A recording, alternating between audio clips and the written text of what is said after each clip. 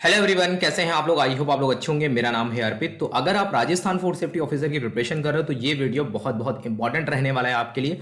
इस particular video में हम ये बात करेंगे कि आप जो सिलेबस है उसको आप कैसे कवर कर सकते हो, यानी कि जीके वाला पोर्शन और उसके साथ ही साथ जो मेन डिसिप्लिन वाला सिलेबस है, फूड टेक्नोलॉजी वाला सिलेबस है, कंसर्न पार्ट वाला सिलेबस है, उसको आप कैसे कवर कर सकते हो इस पर्टिकुलर वीडियो में हम बात करेंगे। ठीक है, इस वीडियो में हम यही बात करेंगे स्पेशली सिलेबस को लेकर के कैसे आप इसको फिनिश करोगे। बाकी चीज़ों के बारे में ऑलरेडी वीडियो अपलोड हो चुका है, उसको लेकर हम यहाँ पर बात नहीं करेंगे। ठीक है, तो आपको जैसा कि पता है कि राजस्थान फूड सेफ्टी ऑफिसर का जो रिक्रूटमेंट था वो आ गया है। उसके बाद में जो आरपीएससी ने सिलेबस डिक्लेयर नहीं किया था, तो 2022 का जो ऑफिशियल सिलेबस है उसको भी डिक्लेयर कर दिया है।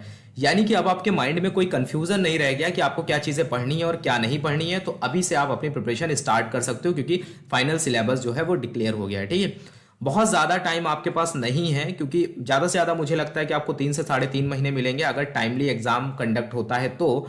अगर डिले होता है तो वो अलग की बात है, लेकिन आपकी प्रिपरेशन जो है, आपको जो सिलेबस है 3 महीने में खत्म करना होगा। 3 से साढ़े 3 महीने में आपकी ये कोशिश होनी चाहिए कि सिलेबस खत्म हो। उसके बाद में आप क्या करोगे, उसके बाद में आपका मल्टीपल रिवीजन होगा।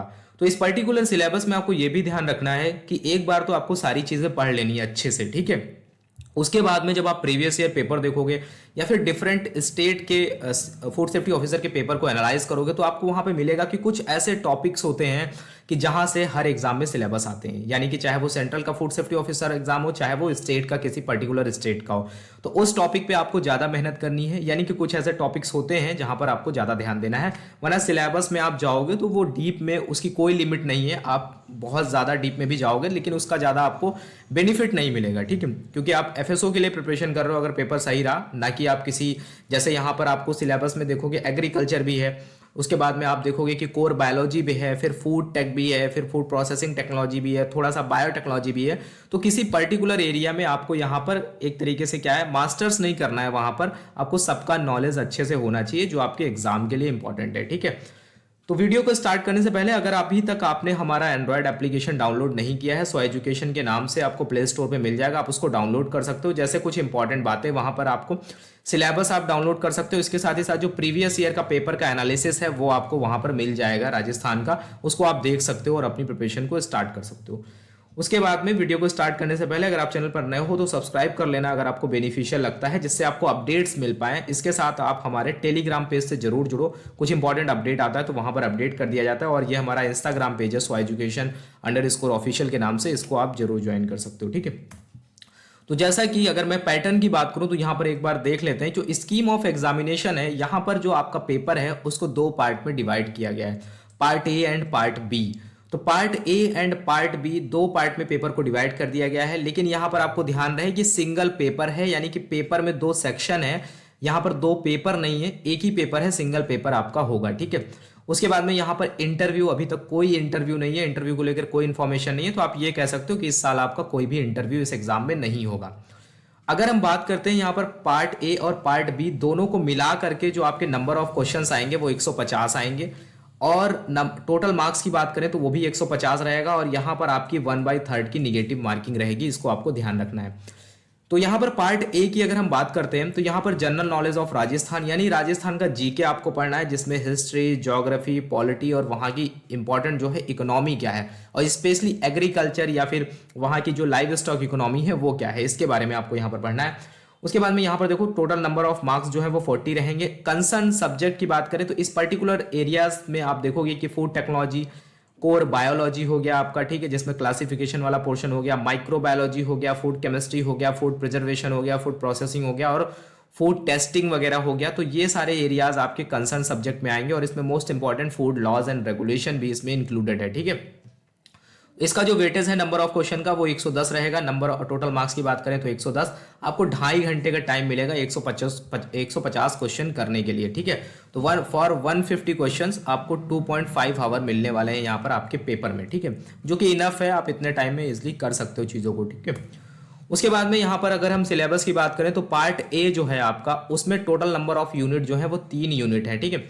टोटल 3 यूनिट है यहाँ पर पार्ट ए में, और यहाँ से नंबर ऑफ क्वेश्चंस जो पूछे जाएंगे वो 40 आएंगे। तो जो पहली यूनिट है वो है history, culture and heritage of Rajasthan. तो इस पर्टिकुलर में आपको हिस्ट्री, कल्चर और हेरिटेज के बारे में पढ़ना है, जिसमें आपको क्या पढ़ना है, pre and early history of Rajasthan क्या रही है, उसके बाद में एज ऑफ राजपूत के बारे में हम पढ़ते हैं, तो बहुत इंपॉर्टेंट है, इसके बारे में आपको देखना है। फिर यहाँ पर जो मेजर डायनेस्टीज कौन कौन सी रही हैं, और यहाँ पर मोस्ट इंपॉर्टेंट चीज़ है जो आपका मेजर फोकस होगा ना, वो 19th सेंचुरी और 20th सेंचुरी पे बहुत ज़्यादा होगा, यहाँ पर आपको मेजर ध्यान देना है। उसके बाद में यहाँ की आर्ट और कल्चर के बारे में पढ़ना है, ठीक है। पॉलिटिकल स्ट्रगल्स वगैरह के बारे में देखना है जो हमारे हिस्ट्री में रहे, और यहाँ पर आर्ट ऑफ राजस्थान के बारे में देखना है, क्योंकि राजस्थान बहुत ज़्यादा आर्ट एंड कल्चर के लिए जाना जाता है। उसके बाद में जो भी आर्किटेक्चर ऑफ फोर्ट्स वगैरह है, टेम्पल्स वगैरह राजस्थान में है, उनके बारे में आपको देखना है चीज़ें, ठीक है। फिर यहाँ पर जो वहाँ का आप देखोगे कि डांस वगैरह है, म्यूजिक वगैरह है, उसके बारे में आपको यहाँ पर चीज़ें ध्यान रखनी है। तो ऑल ओवर राजस्थान का हिस्ट्री देखना है और वहाँ के कल्चर के बारे में आपको पढ़ना है, ठीक है, इस पर्टिकुलर यूनिट नंबर 1 में। उसके बाद में अगर हम बात करते हैं यूनिट नंबर 2 की, तो यूनिट नंबर 2 में आपको पढ़ना है ज्योग्राफी के बारे में and natural resources and socio economic development of Rajasthan के बारे में आपको यहाँ पर पढ़ना है। ज्योग्राफी की बात करें तो यहाँ पर राजस्थान की ज्योग्राफी आपको पता होनी चाहिए, यानी कि वहाँ की क्या टोपोग्राफी है, वहाँ का आप देखोगे कि लैंड वगैरह कैसी है, और वहाँ पे रिवर्स कौन कौन सी पाई जाती हैं, वहाँ पे लेक्स कौन कौन सी पाई जाती हैं, सबसे इंपॉर्टेंट वहाँ की जो क्लाइमेटिक कंडीशन है वो क्या है, ठीक है। डेजर्ट वगैरह के बारे में पढ़ना है। तो जैसा आपको पता होना चाहिए कि अगर आप देखोगे कि जो डिफरेंट अदर स्टेट हैं, अदर स्टेट के कंपैरिजन में देखोगे आप, तो राजस्थान की ज्योग्राफी काफ़ी डिफरेंट आपको देखने को मिलती है। तो इन सभी के बारे में आपको यहाँ पर चीज़ों को पढ़ना है। फिर उसके बाद में एक सेक्शन और यहाँ पर इंक्लूडेड है, जैसे कि इकोनॉमी ऑफ राजस्थान में मेजर मिनरल्स वगैरह के बारे में, मेटेलिक एंड नॉन मेटेलिक और पावर रिसोर्सेज, तो इन सब का क्या योगदान है यहाँ पर राजस्थान की इकोनॉमी में, जैसे कि टेक्सटाइल इंडस्ट्री है, शुगर है, पेपर है, वेजिटेबल है, इन सब के बारे में आपको यहाँ पर पढ़ना है। और उसके बाद में पॉवर्टी एंड अनएम्प्लॉयमेंट के बारे में भी यहाँ पर आपको देखना है, एग्रो फूड पार्क्स वगैरह के बारे में देखना है। तो ये पूरा राजस्थान की ज्योग्राफी जो है, ज्योग्राफी में आप देखोगे कि सारी चीज़ें इंक्लूड हो जाती हैं कि वहाँ की ऑल ओवर टोपोग्राफी क्या है, वो सब आपको यहाँ पर पढ़ना है। यूनिट नंबर 3 की बात करते हैं। यहाँ पर current event and issue of Rajasthan and India के बारे में आपको देखना है। तो इंपॉर्टेंट पर्सन कौन कौन से रहे हैं, उसके बाद में प्लेसेस जो करंट न्यूज़ में है उनके बारे में देखना है, और राजस्थान स्पेशली आप देखोगे कि राजस्थान की कौन कौन सी प्लेसेस जो है वो न्यूज़ में रहेंगे, इस पे आपका मेजर फोकस होना चाहिए। उसके बाद में एक सेक्शन यहाँ पर इंक्लूड किया गया है नेशनल और इंटरनेशनल इवेंट्स के बारे में, और इसमें नेशनल और इंटरनेशनल ऑर्गेनाइजेशन के बारे में बात करी गई है। तो नेशनल BIS, ICMR, ICR, इन सभी के बारे में आपको पढ़ना है, और इंटरनेशनल जैसे कि आप देखोगे FAO, WHO, ISO, Codex Alimentarius commission. तो यहाँ पर आपको पता होना चाहिए कि मतलब फूड से रिलेटेड ये सारे ऑर्गेनाइजेशन है, कहीं ना कहीं इनका फूड से कनेक्शन रहता है थोड़ा बहुत। तो आपको पता होना चाहिए कि इंटरनेशनल ऑर्गेनाइजेशन का क्या काम है, वो डिफरेंट ऑर्गेनाइजेशन है। यहाँ से क्वेश्चंस ऐसे ही बनते हैं, आपको ये चीज़ें याद रखनी है कि उस पर्टिकुलर ऑर्गेनाइजेशन का कौन हेड है, यानी कि चेयरपर्सन या फिर डायरेक्टर कौन है, CEO कौन है, ठीक है, कब उनका अपॉइंटमेंट हुआ, ये सारी चीज़ें आपको पता होनी चाहिए। उसके बाद में उस पर्टिकुलर ऑर्गेनाइजेशन का फंक्शन क्या है, उसका रोल और फंक्शन क्या है। तो इन सारी चीज़ों को जब आप ध्यान में रख के उस पर्टिकुलर ऑर्गेनाइजेशन के बारे में पढ़ोगे, तो आपके जो भी एग्जाम से रिलेटेड जो क्वेश्चन आते हैं वो सारे कवर हो जाएंगे। उसके बाद में न्यू स्कीम और initiative taken recently for welfare and development in Rajasthan. तो राजस्थान में कौन कौन सी स्कीम है जिनके और क्या क्या इनिशिएटिव्स लिए गए हैं राजस्थान के डेवलपमेंट के लिए, उनके बारे में आपको यहाँ पर पता होना चाहिए, ठीक है। अब हम मूव करते हैं अपने कंसर्न पार्ट वाले सिलेबस पर, यानी कि पार्ट बी में। तो पार्ट बी की अगर हम यहाँ पर बात करते हैं तो यहाँ पर टोटल नंबर ऑफ यूनिट 8 है, ठीक है। तो अभी तक हमने देखा यहाँ पर पार्ट नंबर ए के बारे में, तो यहाँ पर टोटल नंबर ऑफ यूनिट थी 3, और यहाँ जब हम पार्ट बी की बात करते हैं तो यहाँ पर जो नंबर ऑफ यूनिट है 8 है। तो टोटल अभी जो आपके फाइनल जो टोटल नंबर ऑफ यूनिट है वो 11 है, ठीक है। तो आपका सिलेबस जो अपडेट हुआ है इसमें टोटल नंबर ऑफ यूनिट जो है वो 11 है, पहले 14 यूनिट थी, अभी जो है वो 11 यूनिट है, ये आपको ध्यान रखना है, ठीक है। बाकी जो अगर आप सिलेबस की बात करोगे, सिलेबस में कोई चेंजेस नहीं किए इन्होंने, बस थोड़ा सा क्या हुआ है, जो अरेंजमेंट है उसको थोड़ा बहुत ऊपर नीचे किया है, बाकी सिलेबस में जो कंटेंट इंक्लूडेड था उसमें कोई चेंजेस नहीं है ज़्यादा, ठीक है। तो अगर हम बात करते हैं पार्ट बी के यूनिट नंबर 1 के बारे में, ठीक है, यहाँ से आपके टोटल नंबर ऑफ क्वेश्चन जो पूछे जाएंगे 110 पूछे जाएंगे। तो यहाँ पर यूनिट नंबर 1 की अगर बात करें तो यहाँ पर आपको पढ़ना है केमिस्ट्री के बारे में, ठीक है। जो केमिस्ट्री है ये आपकी मेन जो बेसिक केमिस्ट्री होती है, यहाँ पर फूड केमिस्ट्री की बात नहीं हो रही है, जो बेसिक केमिस्ट्री होती है जो आप अपने 12th लेवल में पढ़ते हो, वहाँ से चीज़ें यहाँ पर सिलेबस में इंक्लूड करी गई हैं, ठीक है। जैसे कि केमिकल बॉन्ड हो गया, फोर्सेस हो गया, कॉन्सेप्ट ऑफ pH हो गया, बफर हो गया, थर्मोकेमिस्ट्री के बारे में भी आपको पढ़ना है, केमिकल इक्विलिब्रियम और केमिकल काइनेटिक्स के बारे में पढ़ना है, एरोमेटिक्स के बारे में पढ़ना है, एलिफेटिक के बारे में पढ़ना है। तो टोटल जो भी चीज़ें आप अपने ट्वेल्थ में पढ़ते हो केमिस्ट्री के सिलेबस में, वो सारी चीज़ें यहाँ पर इंक्लूडेड हैं, उसको आपको यहाँ पर पढ़ना है। तो केमिस्ट्री के बारे में पढ़ना है आपको। तो केमिस्ट्री को लेकर के कुछ वीडियोस ऑलरेडी अपलोडेड हैं चैनल पे, आप देखोगे पूरे सीक्वेंस में आप उनको देख सकते हो। उसके बाद में यहाँ पर यूनिट नंबर 2 की अगर बात करते हैं तो टाइप ऑफ माइक्रो बायोलॉजी के बारे में आपको यहाँ पर पढ़ना है स्पेशली, यानी कि टाइप ऑफ माइक्रो ऑर्गेनिज्म के बारे में पढ़ना है और एसोसिएटेड विद फूड। यहाँ पर आपको माइक्रोबायोलॉजी के बारे में बेसिक पढ़ना है, उसके बाद में फूड माइक्रोबायोलॉजी के बारे में आपको मेनली यहाँ पर फूड माइक्रोबायोलॉजी के बारे में पढ़ना है, और जो माइक्रो ऑर्गेनिज्म है वो किस तरीके से फूड से एसोसिएटेड है, यानी कि वो किस तरीके की डिजीज कॉज करते हैं, फूड बॉर्न डिजीज वगैरह के बारे में आप पढ़ोगे, ठीक है। तो वो सब इनसे इनका क्या रिलेशन है, ठीक है, और जो ऑल ओवर फूड का अपीयरेंस होता है उसको किस तरीके से चेंज करते हैं, तो ये सारी चीज़ें आपको यहाँ पर पता होनी चाहिए। उसके बाद में उसकी जो मॉर्फोलॉजी है उसके बारे में पढ़ना है, यानी कि शेप, साइज, स्ट्रक्चर, इन सब चीज़ों के बारे में पढ़ना है। उसके बाद में जो factor affecting their growth micro organism उसके बारे में पढ़ना है, फिर माइक्रोबायोलॉजिकल स्टैंडर्ड्स के बारे में पढ़ना है, फिर source of micro organism in food, और यहाँ पर स्पॉयलर्स वगैरह के बारे में आपको पढ़ना है। फिर मेन इंपॉर्टेंट एक टॉपिक है कि फर्मेंटेशन इसमें पढ़ना है। तो फर्मेंटेशन का यूज़ करते हैं जो डिफरेंट टाइप के जो फूड्स बनते हैं, जैसे विनेगर हो गया, सॉर्क्रॉट हो गया, सोया सॉस हो गया, बियर हो गया, वाइन हो गया, ट्रेडिशनल इंडियन फूड हो गए, तो इन सभी के बारे में भी आपको यहाँ पर पढ़ना है। तो ये माइक्रोबायोलॉजी का आपको ऑल ओवर नॉलेज होना चाहिए, ठीक है। तो इन सारी चीज़ों को जब हम कवर करेंगे, जब हम वीडियोस में कवर करेंगे, तो आपको इनके सबके वीडियोस मिलेंगे। जो भी नोट्स अभी हम बताएंगे वो आप नोट्स ले सकते हो हमसे। उसके बाद में यहाँ पर आपको वीडियोस भी मिलेंगे टॉपिक के अकॉर्डिंग। पर्टिकुलर जब हम एक प्रिंसिपल टॉपिक को पढ़ेंगे, फिर उसके अंदर जो जो टॉपिक हैं जब उनको ऐसे कवर करते चलेंगे तो आपका ये सिलेबस कवर हो जाएगा। ऐसे अगर हम एक टॉपिक को पिक करके उठाओगे तो चीज़ें इतना आसानी से समझ में नहीं आएंगी। तो वहाँ पर आपको हेल्प होगी कि जो मेन टॉपिक है उसको जब हम कवर करेंगे तो उसके अंदर सारी चीज़ें धीरे धीरे कवर हो जाएंगी। उसके बाद में यूनिट नंबर 3 की अगर हम बात करते हैं तो यहाँ पर बायोमोलिक्यूल्स के बारे में, यानी कि मेनली यहाँ पर बायोकेमिस्ट्री की बात हो रही है। तो बायोकेमिस्ट्री में मेजर जो आपके टॉपिक रहने वाले हैं, एक तो रहेगा कार्बोहाइड्रेट, प्रोटीन, लिपिड और न्यूक्लिक एसिड, ठीक है, एंड देयर क्लासिफिकेशन, स्ट्रक्चर और बायोसिंथेसिस वगैरह के बारे में। यहाँ से क्वेश्चंस जरूर आते हैं कभी ना कभी कार्बोहाइड्रेट, प्रोटीन और लिपिड से, तो ये बहुत इंपॉर्टेंट है, इनको आपको अच्छे से पढ़ना है। उसके बाद में यहाँ पर देखो मेटाबॉलिज्म एंड जो कैलोरीफिक वैल्यू होती है उनके बारे में पढ़ना है। फिर एक और इंपॉर्टेंट सेक्शन है जो है एंजाइम का।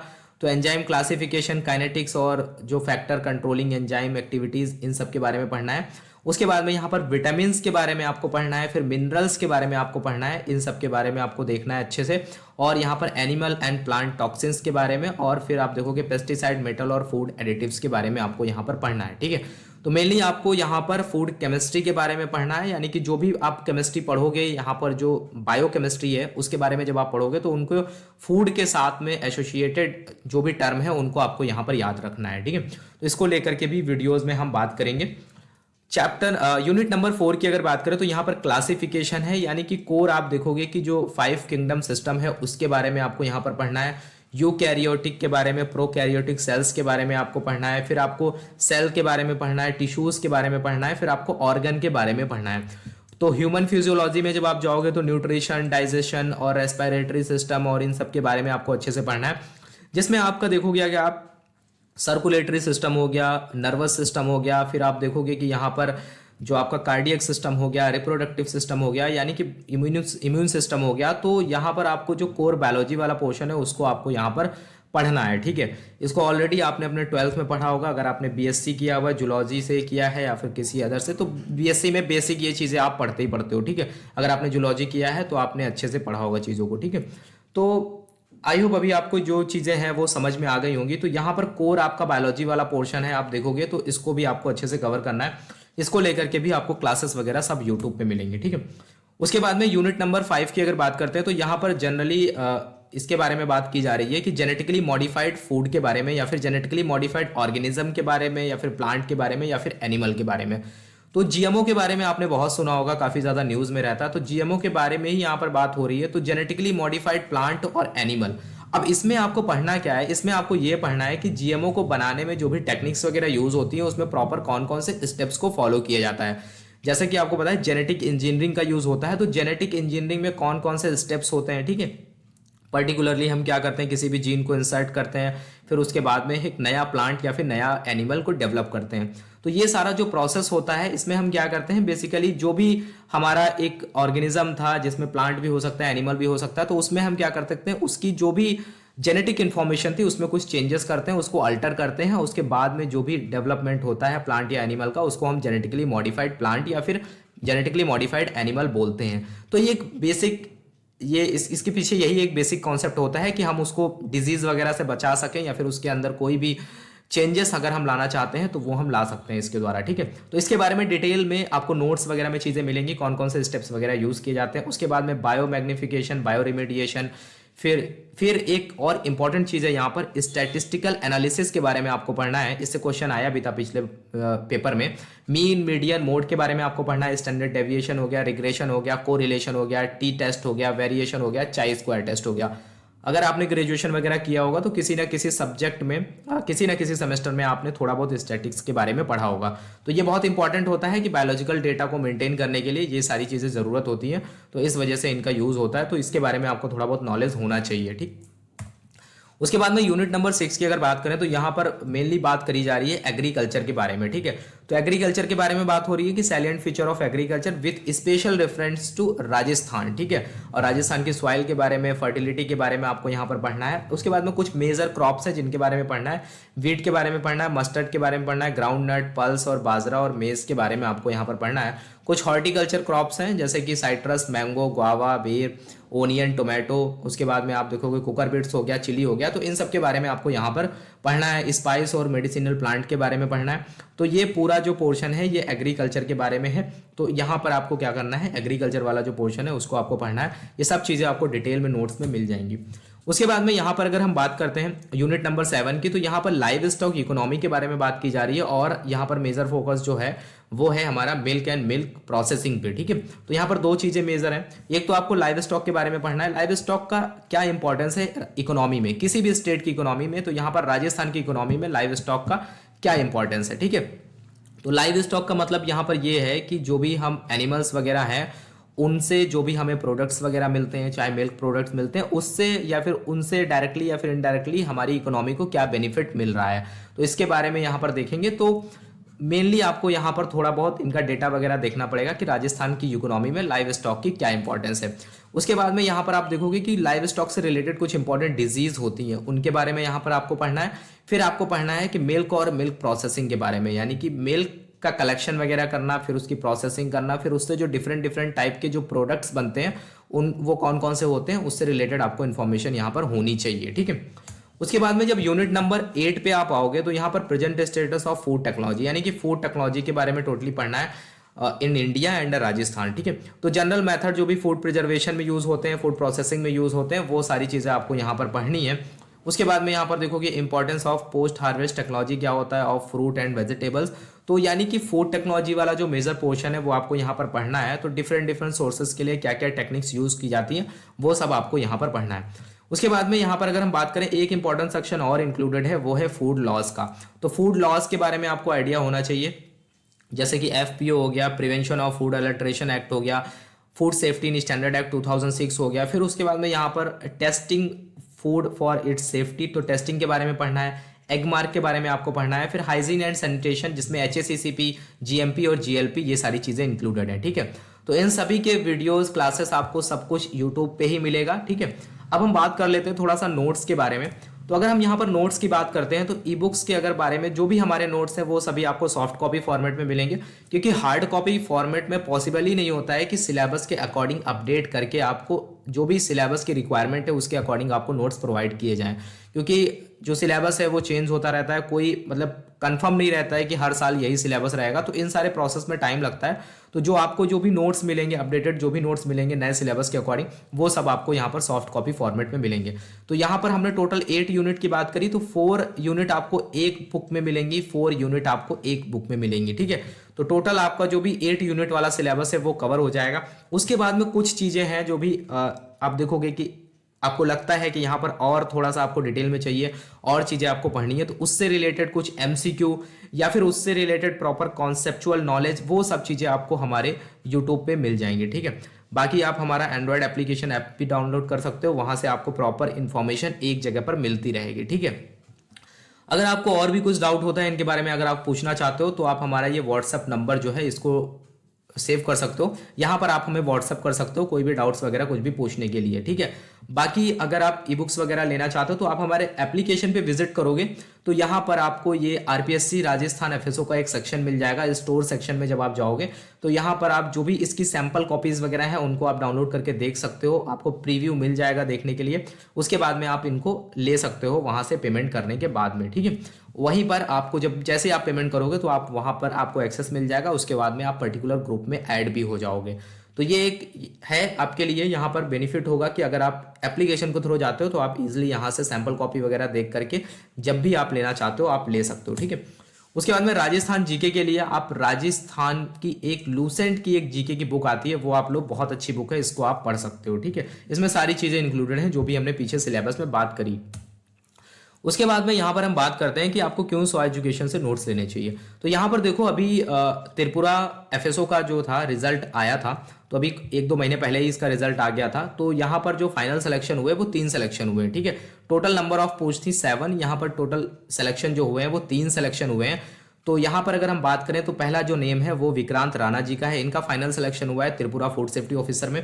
उसके बाद में यहाँ पर देखोगे राहुल साहा जी का सिलेक्शन हुआ है त्रिपुरा फूड सेफ्टी ऑफिसर में। उसके बाद में आप देखोगे खाक चगंती देव वर्मा जी का सिलेक्शन हुआ है फूड सेफ्टी ऑफिसर में, ठीक है। तो ये 3 सिलेक्शन हुए हैं। तो यहाँ पर अगर आप चैनल पे जाकर के देखोगे तो काफी टाइम से हम बहुत पहले से वीडियोस वगैरह अपलोड करते चले आ रहे हैं, ऐसा नहीं है सिर्फ और सिर्फ राजस्थान के लिए ही कर रहे हैं, ठीक है। तो यहाँ पर देखो फाइनली 3 सिलेक्शन हुए। और मैं आपको एक चीज और बताना चाहूंगा, ठीक है। अगर आप किसी भी कोचिंग से पढ़ रहे हो, चाहे आप यहाँ से पढ़ रहे हो कहीं से भी पढ़ रहे हो, तो आपको अपनी मेहनत जरूर करनी है। हम ये नहीं कह रहे हैं यहाँ पर कि इनका सिलेक्शन हमने कराया, इनकी खुद की मेहनत रही, ठीक है। इन्होंने टाइम टू टाइम जो भी अपडेट्स आए उसके अकॉर्डिंग अपने आप को अपडेट किया और सिलेबस के अकॉर्डिंग चीजों को पढ़ा, उसके बाद में एग्जाम दिया, तो उसके बाद में इनका सिलेक्शन हुआ। हमारा अगर कहोगे यहाँ पर चैनल का कंट्रीब्यूशन या फिर किसी कोचिंग का कंट्रीब्यूशन बस इतना ही होता है कि वो आपको गाइड कर सकते हैं, ठीक है। जो भी चैनल हैं आप देखोगे कि बहुत सारे लोग पढ़ा रहे हैं, सभी लोग अपनी अपनी मेहनत कर रहे हैं। इसी के साथ साथ आपको भी अपना हार्ड वर्क डालना है, यहाँ पर आपके भी एफर्ट्स दिखने चाहिए। ऐसा नहीं है कि आप वीडियोस चला लेते हो आराम से लेट के वीडियोस को सुन रहे हो, इसमें आपका कोई एफर्ट्स नहीं दिख रहा है, ठीक है। और जो चैनल वाले हैं वो भी बहुत मेहनत करते हैं। कोई भी, मैं अपनी बात नहीं कर रहा हूँ, कोई भी है जहां से भी आप पढ़ रहे हो वो सभी लोग अपनी तरफ से पूरी कोशिश करते हैं कि आपको अच्छा कंटेंट वगैरह प्रोवाइड कर सकें। तो आपको ये बात हमेशा ध्यान रखनी है कि आपके एफर्ट्स बहुत जरूरी है। किसी भी एग्जाम की अगर आप प्रिपरेशन करो तो आपका हार्डवर्क बहुत जरूरी है। आप दूसरे को ब्लेम करने से बेटर है कि आपका हार्डवर्क वहां पर होना चाहिए, तभी आपको रिजल्ट मिलेगा। ये बात आप हमेशा ध्यान रखना, ठीक है। तो आपको क्या करना है कि जो भी चीजें अगर आपको मिल रही हैं, चैनल पे मिल रही हैं या फिर नोट्स में मिल रही हैं, उन सभी को आपको पढ़ना है अच्छे से, सिलेबस के साथ में सारी चीजों को कवर करना है, ठीक है। और किसी भी एक पर्टिकुलर चीज के पीछे नहीं भागना है कि मान लिया कि अगर आप माइक्रोबायोलॉजी बैकग्राउंड से हो तो आप सोचते हो कि हम माइक्रोबायोलॉजी में बहुत कुछ पढ़ लें, ये पढ़ लें, वो पढ़ लें, बट आप अदर सेक्शन को छोड़ दोगे। किसी भी गवर्नमेंट एग्जाम में ये चीज कभी भी वर्क नहीं करती है। आपको ऑल ओवर सारे सब्जेक्ट का इक्वल नॉलेज यहाँ पर लेना है, आपको सारे सब्जेक्ट में अच्छे से परफॉर्म करना है। क्योंकि वहां पर ऐसा होगा कि कुछ क्वेश्चंस आप देखोगे कि थोड़े बहुत क्वेश्चंस आपको 1-2 इधर उधर से आएंगे, उनको लेकर आप परेशान नहीं होगे। लेकिन अगर आप अच्छे से ऑल ओवर सारा आइडिया लेकर के जाओगे सारे सब्जेक्ट का, तो आप वहां पे अच्छा स्कोर कर पाओगे। उसके बाद में यहाँ पर अच्छा स्व एजुकेशन से ही नोट्स क्यों लेने चाहिए अगर आप लेना चाहते हो, तो यहाँ पर एक चीज ये है कि नोट्स जो है वो अकॉर्डिंग टू द आपको करंट सिलेबस मिलेंगे सॉफ्ट कॉपी फॉर्मेट में। उसके बाद में जो अपडेटेड नोट्स हैं, अपडेटेड नोट्स का मतलब है कुछ इंपॉर्टेंट हमने वीडियो बनाया उसके नोट्स हैं, कुछ नया आपको देना है, तो उसके लिए कोई एडिशनल चार्ज वगैरह नहीं होगा, ठीक है, सब्जेक्टिव नोट्स के लिए। उसके बाद में यहाँ पर यूट्यूब वीडियोस के जो क्लासेस हैं उनके पीडीएफ भी आपको अवेलेबल हो जाएंगे, और जो वीडियोस और ई बुक का जो कंटेंट है नोट्स का वो डिफरेंट होगा, जिससे हम सारे एरियाज को अच्छे से कवर कर पाए, ठीक है। हमें लगता है कि हाँ ई बुक में इस टॉपिक पे और मेहनत करनी चाहिए, इस पे और जोर देना चाहिए, ये इंपॉर्टेंट है, तो हम उसको लेकर के वीडियोस भी बनाएंगे। तो दोनों को जब आप पढ़ोगे अच्छे से तो आपका जो भी सिलेबस है, जो भी पोर्शन है वो अच्छे से कवर हो जाएगा, ठीक है। तो ये स्ट्रेटजी रहेगी। तो इस तरीके से आपको जो है वो प्रिपरेशन करनी है। तो अभी आपने देखा कि हमने नोट्स के बारे में बात करी, तो यहाँ पर देखो अगर दोनों आप ई बुक्स ले लेते हो, ठीक है, जो हमने रिकमेंड की थी शुरू में, एक पार्ट A1 है, एक पार्ट 2 है, एक में 4 यूनिट है, एक में 4 यूनिट है, ठीक है। तो अगर आप ले लेते हो उसके साथ में अगर आप वीडियोस को फॉलो करते हो तो मेरे हिसाब से कुछ चीजें नहीं रह जाती हैं। उसके बाद में अगर आप और नॉलेज लेना चाहते हो तो कुछ स्टैंडर्ड्स बुक्स हैं जो भी अगर आप चाहोगे तो मैं आपको वो भी रिकमेंड करूंगा, जब आप तो उसको भी आप पढ़ सकते हो, ठीक है। तो यहाँ पर आपके इसके अलावा चीजें और ज्यादा कुछ भी नहीं बचेगा। कुछ क्वेश्चंस जब आप पेपर दोगे तो आपको 5 से 10 क्वेश्चंस ऐसे देखने को मिलेंगे जो आपको थोड़ा सा परेशान करेंगे। वो सभी को परेशान करते हैं, उनके पीछे आपको नहीं भागना है। आपका जो मेजर फोकस है, जो भी मेजर एरियाज हैं, पहले आपको उनको कवर करना है, जिससे आप अच्छा स्कोर कर पाओ, तभी आप कट ऑफ वगैरह अच्छे से क्लियर कर पाओगे, ठीक है।